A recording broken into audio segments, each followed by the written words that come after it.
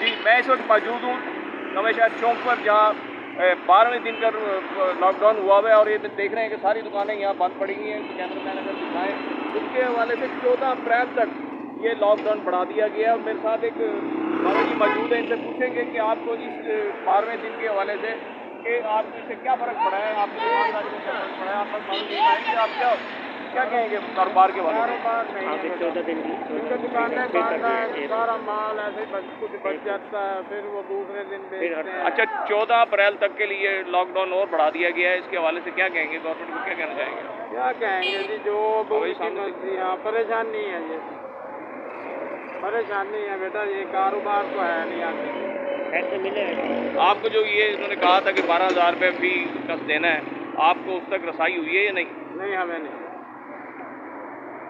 अच्छा, इनका कहना था कि जो गवर्नमेंट की तरफ से 12,000 रुपये फी कस को मिलना था, वो अभी तक मिला नहीं है।